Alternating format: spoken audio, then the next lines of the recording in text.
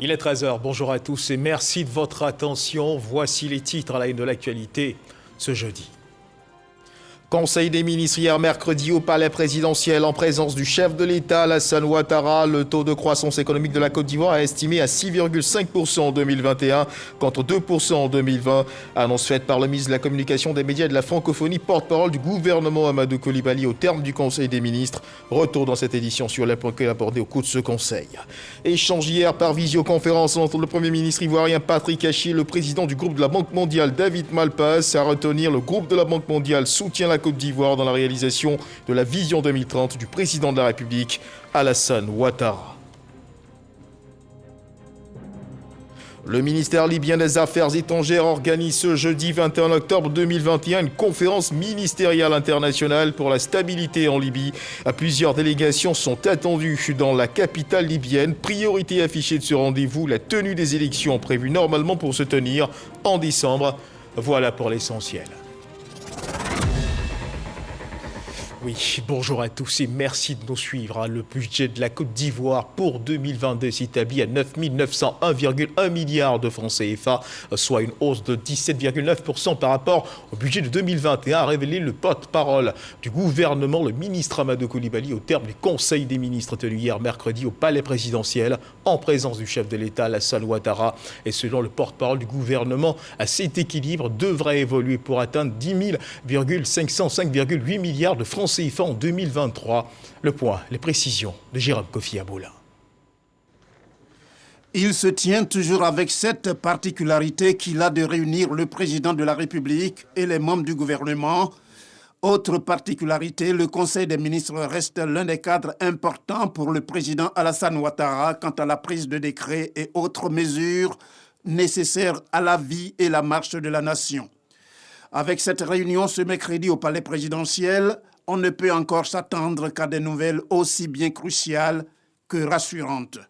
Au titre du ministère d'État, ministère des Affaires étrangères, de l'intégration africaine et de la diaspora, le Conseil a adopté 2 projets de loi de ratification. Le premier autorise le président de la République à ratifier la Convention du Conseil de l'Europe sur la contrefaçon des produits médicaux et les infractions similaires, en abrégé, Convention Médicrime, menaçant la santé publique, qui a été adoptée le 28 octobre 2011 à Moscou, en Russie. Cette convention organise le cadre international de coopération entre États en vue de mobiliser les pouvoirs publics, le secteur privé et les populations contre les faux médicaments et de les sensibiliser sur la nocivité des produits contrefaits, sur le trafic de produits médicaux contrefaits, sur la mise sur le marché de dispositifs médicaux ne remplissant pas les exigences de conformité. Elle prévoit à cet effet des mesures de coordination nationale, de mesures préventives à destination du secteur public et privé et des mesures de protection des victimes et des témoins. La ratification de cette convention permettra de renforcer le dispositif pénal national dédié au secteur médico-pharmaceutique et de lutter de concert avec les autres États contre les faux médicaments et les produits médicaux falsifiés. Si la lutte contre les médicaments contrefaits est une préoccupation pour le gouvernement, l'impact de la crise sanitaire sur l'économie due à la Covid-19 en est une autre. Face à cette situation, l'État, qui ne veut pas baisser les bras, décide, selon le Conseil, d'un certain nombre de mesures pour la relance. Le Conseil a adopté une communication relative au rapport économique et financier 2021-2022. Il en ressort que l'année 2020 a été marquée par l'impact de la crise sanitaire liée à la Covid-19 qui a négativement affecté l'activité économique mondiale, à la fois sur l'offre et la demande. Les actions entreprises par le gouvernement pour contenir la propagation de la pandémie, puis pour juguler les effets sur l'activité économique et sur les populations vulnérables, ont permis d'éviter la récession. Cette croissance économique est estimée à 6,5% en 2021 contre 2% en 2020. Elle a été portée au niveau de l'offre par le secteur de l'agroalimentaire, des BTP et des produits pétroliers, et au niveau de la demande par la consommation et les investissements. La croissance de l'économie nationale devrait pouvoir se consolider, voire connaître une accélération en 2022, avec un taux qui ressortirait à 7,1%, soutenu notamment par les performances du secteur de la production agricole, des industries manufacturières, de l'extraction minière, de l'énergie, des transports, des télécommunications et du commerce. Les prévisions des finances publiques en 2022 tablent sur une amélioration du solde budgétaire global en ramenant le déficit à 4,7% en 2022 contre 5,6% estimé en 2021, notamment grâce aux réformes économiques et financières ainsi qu'à l'amélioration continue de la gouvernance et au renforcement de l'environnement des affaires. Par ailleurs, le Conseil des ministres a mis l'accent sur la question du budget au titre de l'année 2022. Il s'agit précisément d'un projet de budget à mettre en place pour le raffermissement de la mise en œuvre du plan national de développement. Le Conseil a adopté 2 projets de loi ainsi que les communications y afférentes. Le premier projet de loi est relatif à la loi des finances portant budget de l'État pour l'année 2022. Ce projet de budget est marqué par le contexte de reprise de l'activité économique après la contraction de l'économie mondiale enregistrée en 2020. Le budget de l'État pour l'année 2022 vise à raffermir et à optimiser les acquis enregistrés grâce aux efforts déployés par le gouvernement, mais également à poursuivre les objectifs nationaux de développement, orientés vers l'amélioration substantielle des conditions de vie de la population à travers des mises en œuvre du Plan national de développement PND 2021-2025 et du second programme social du gouvernement, le PS-Gouv2. À cet effet, le budget pour l'année 2022 est structuré en 30 dotations et 150 programmes budgétaires déclinés au sein des institutions et ministères. Il s'équilibre en ressources et en dépenses à 9 901,1 milliards de francs CFA et enregistre une progression de 17,9% par rapport au budget initial de 2021. De la lutte contre les faux médicaments au projet de budget visant au raffermissement de la mise en œuvre du plan national de développement en passant par la démarche en vue de la relance économique, autant de mesures portées à la connaissance des journalistes venus s'enquérir des résultats de cette réunion du Conseil des ministres. Et pour rester égal à lui-même, le Conseil a jugé utile de communiquer sur sa prochaine session. La rencontre qui va donc succéder à celle qui vient de se dérouler est prévue le 3 novembre prochain. Et quittons les parvis de la présidence, sachez que le Premier ministre chef du gouvernement, Patrick Hachi, est ce jeudi dans la région du Sud Comoé, arrivé sur le coup de 9h ce matin pour une visite de travail. Patrick Hachi va procéder à l'inauguration du centre hospitalier régional CHR, inscrit aussi à son agenda la visite de plantations de palmiers et d'unités de transformation d'huile de palme. Le chef du gouvernement devrait par la suite mettre le cap sur Grand Bassam pour observer la production de tests antigènes dans une usine. Le compte-rendu de ces différentes étapes vous sera fait par notre envoyé spécial dans la région, Alexis Ouedraogo, au cours de nos prochaines éditions.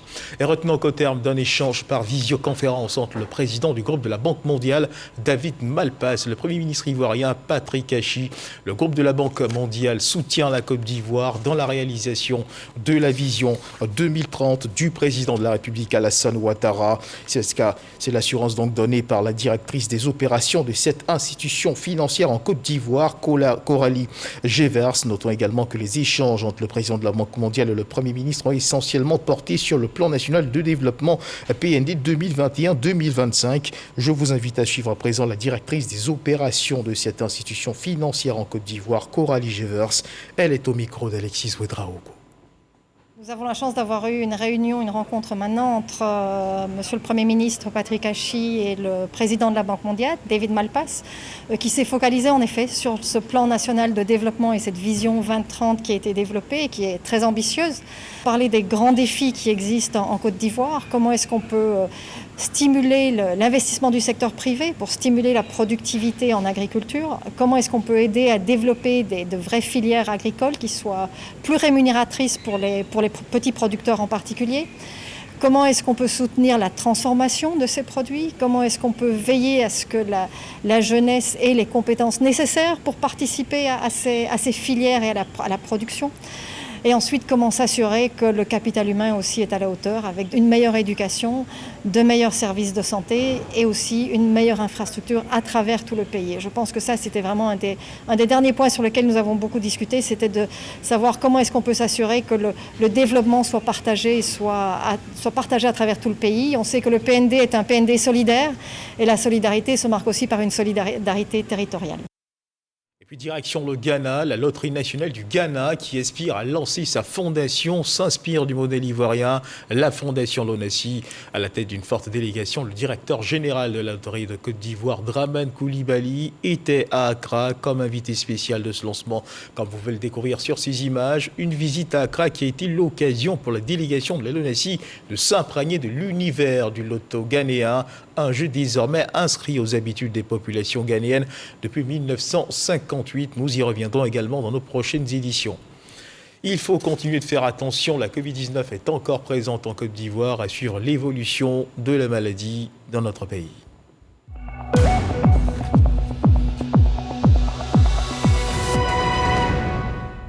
Le ministère de la Santé et de l'Hygiène publique de la couverture maladie universelle a enregistré hier, mercredi 20 octobre 2021, 24 nouveaux cas de Covid-19 sur 2262 échantillons prélevés, soit 1,1% de cas positifs, 28 guéris et 4 décès.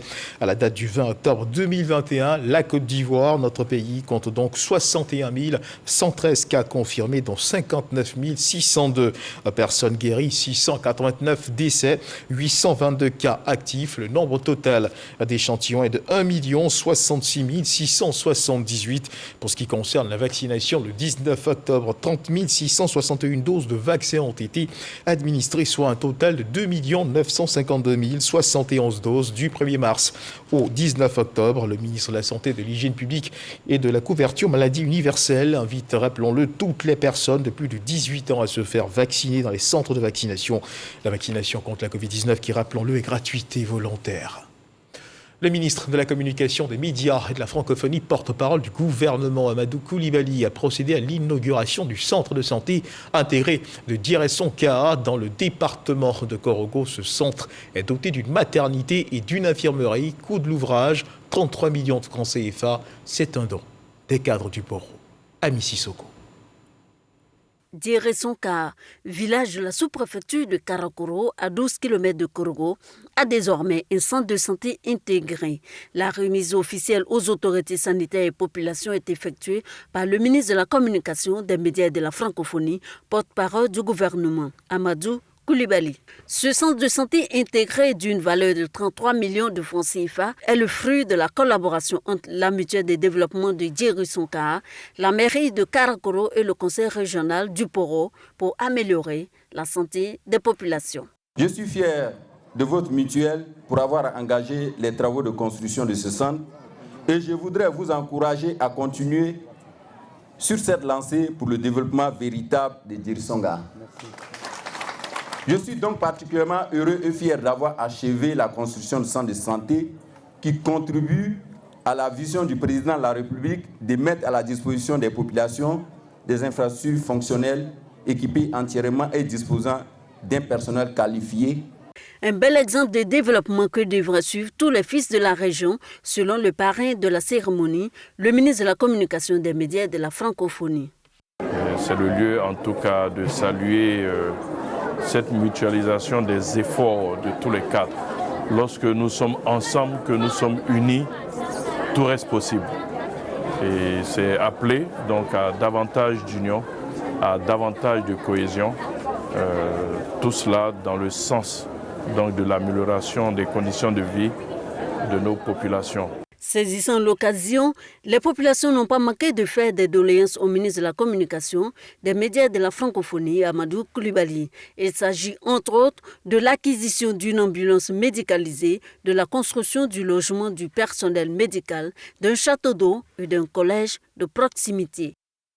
On continue de parler de santé dans cette édition. Le village d'Adjaoui Koubi dans la commune de Port-Boué a abrité le lancement par le ministre de la Santé de la campagne nationale de vaccination contre la rougeole rubéole couplée à la poliomyélite. C'était en présence de partenaires financiers que sont l'OMS et l'UNICEF. Les populations de ce village ont massivement adhéré à cette opération de vaccination menée en direction d'une cible de près de 8 millions d'enfants âgés de 9 mois à 5 ans sur le territoire national. Eugène Atoubé. Je suis là pour faire le vaccin, pour éviter que mon bébé puisse avoir la maladie, la rougeole. Cette jeune fille mère habite à Adjaoui-Koubi, un village à Tchan dans la commune de Port-Boué. Dans ce village, les parents dont les enfants ont l'âge que cible la campagne nationale de vaccination se sont fait le devoir de répondre à cette offre vaccinale gratuite qui met à l'épreuve leur responsabilité de parents. J'ai vu qu'il y a un vaccin pour les enfants de 0 à 5 ans. Donc c'est pour cela que je suis retourné aller chercher ma fille pour pouvoir la vacciner. Elle a déjà fait son vaccin et tout va bien. Adjaoui-Koubi abrite 9 sites de vaccination. D'un site à un autre, la même animation. Signe de l'intérêt que les populations portent à cette campagne nationale contre la rougeole rubéole intégrée à la vaccination contre la poliomyélite. Le programme élargi de vaccination PEV, le comité de veille sanitaire de la société civile du district sanitaire de Port-Boué-Vridi et la municipalité ont réussi la sensibilisation et gagné le pari de la mobilisation des populations. Nous avons eu plusieurs rencontres avec les différentes autorités locales. Et lors de ces occasions-là, nous avons lancé donc, des appels à mobilisation.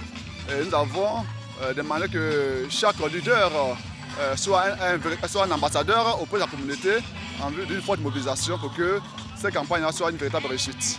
Le signe de vaccination, là, je vais partir, mais je vais attendre un peu parce que je suis occupée pour le moment. À Adjaoui-Koubi, où les besoins à tous les niveaux sont encore basiques, toute action posée dans le domaine de la santé est toujours bénéfice pour les populations et opportunité pour la municipalité. Adjaoui-Koubi était un petit village.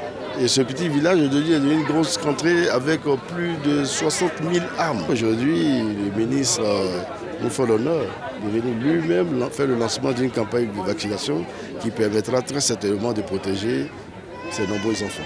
Si Adjaoui-Koubi a montré une adhésion massive et entière à la campagne nationale de vaccination contre la rougeole rubéole et la poliomyélite, c'est que le village voulait se montrer digne.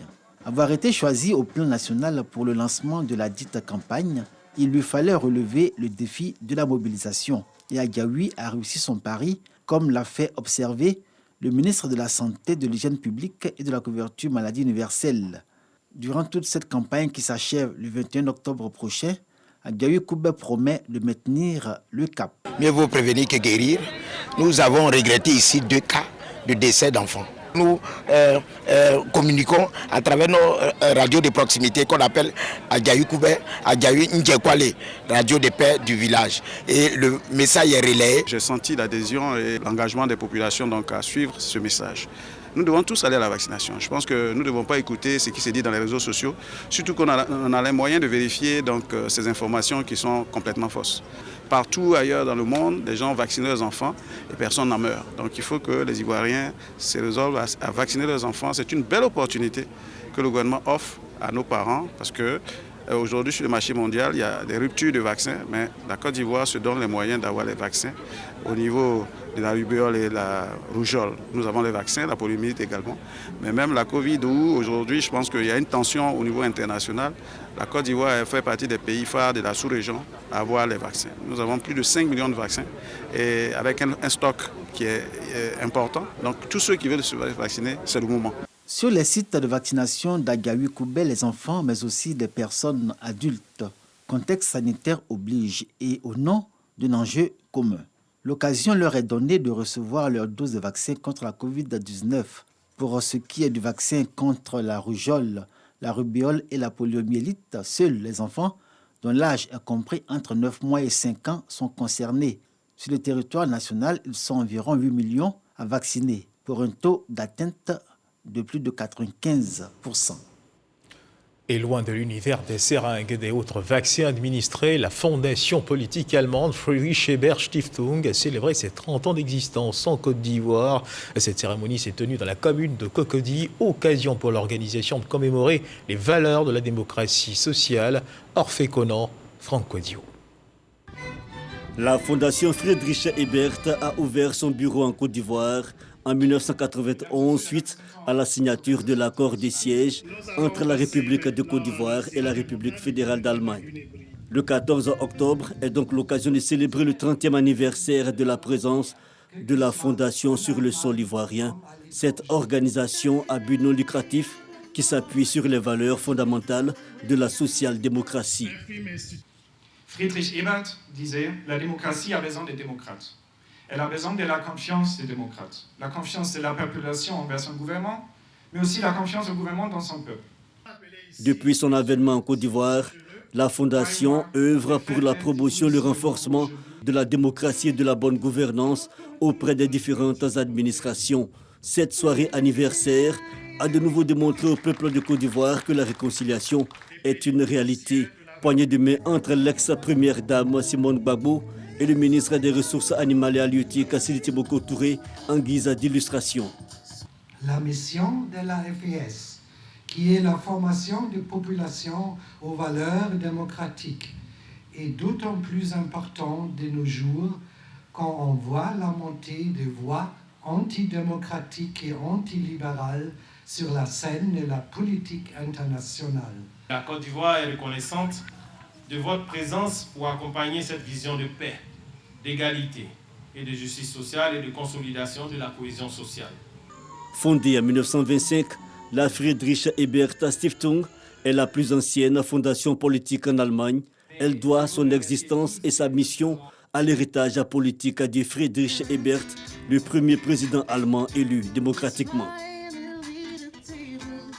Voilà, la retraite n'est pas une fin en soi. Rassurez-vous, ceci n'est pas une affirmation gratuite. C'est autour de ce thème que se sont retrouvés les membres de l'association des retraités de la commune de Cocody pour la journée qui leur est dédiée, la journée des personnes âgées. Un grand moment de retrouvailles pour ces personnes du troisième âge, comme vous pouvez le voir en image. Pour rappel, la journée des personnes âgées a été instituée par l'ONU en 1990. Nous y reviendrons dans nos prochaines éditions.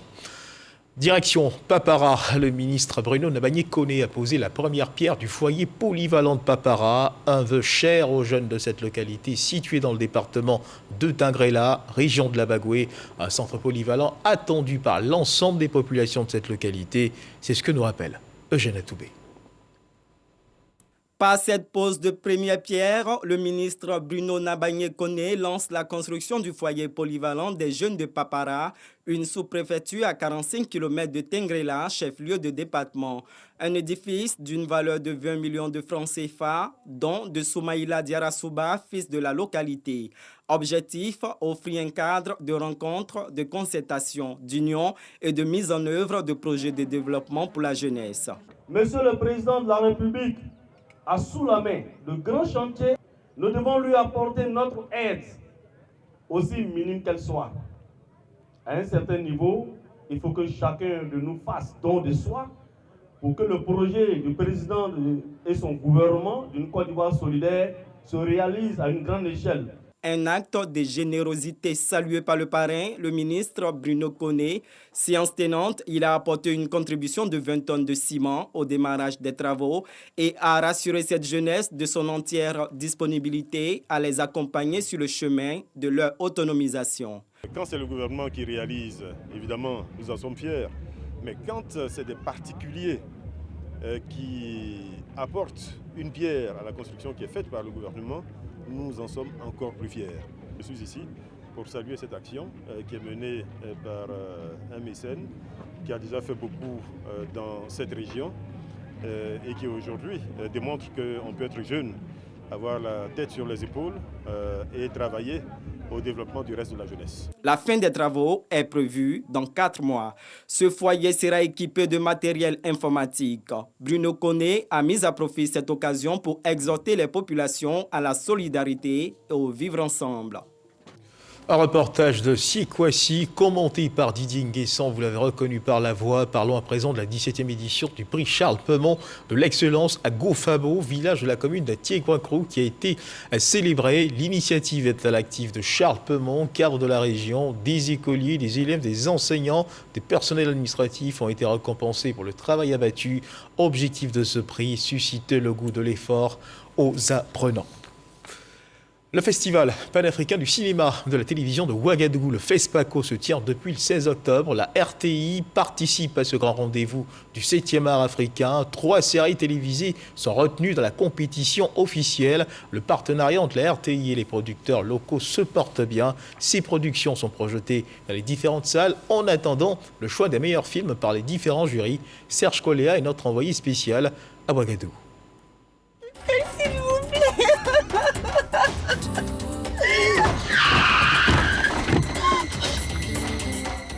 Juste quelqu'un de bien du producteur-réalisateur Jean-Noël Bas est à l'honneur dans l'une des salles de projection au siège du FESPACO. Une constellation de têtes fortes du cinéma ivoirien qui donne au final une production de qualité. La RTI, coproductrice de ce 26 minutes de 17 épisodes, a bien été inspirée. Le film fait partie de la sélection officielle du FESPACO dans la catégorie meilleure série télévisée africaine. Les médecins nous ont rassurés un peu, mais il doit rester pour faire d'autres examens. Allez, Mess, je suis vivant, t'inquiète. Ce projet qui est un projet RTI, nous y sommes allés et avec beaucoup de plaisir. Je pense qu'on a une très bonne et franche collaboration qui nous a permis donc d'avoir ce programme, et nous sommes fiers aujourd'hui qu'il représente la Côte d'Ivoire au FESPACO. Juste quelqu'un de bien, Voyage de rêve et La Villa d'à côté sont les 3 productions fruits de nos partenariats avec les producteurs locaux, nominés en sélection officielle.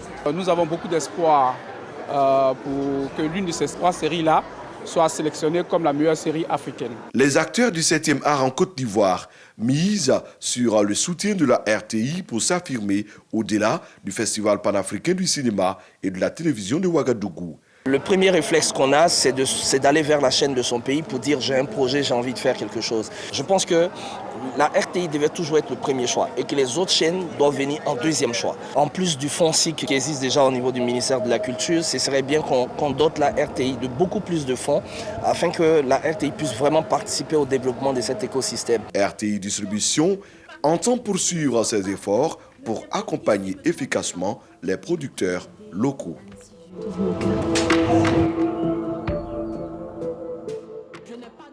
Voilà, et puis parlons sport à présent, après la présentation des membres du COCAN 2023 au Premier ministre Patrick Hachi.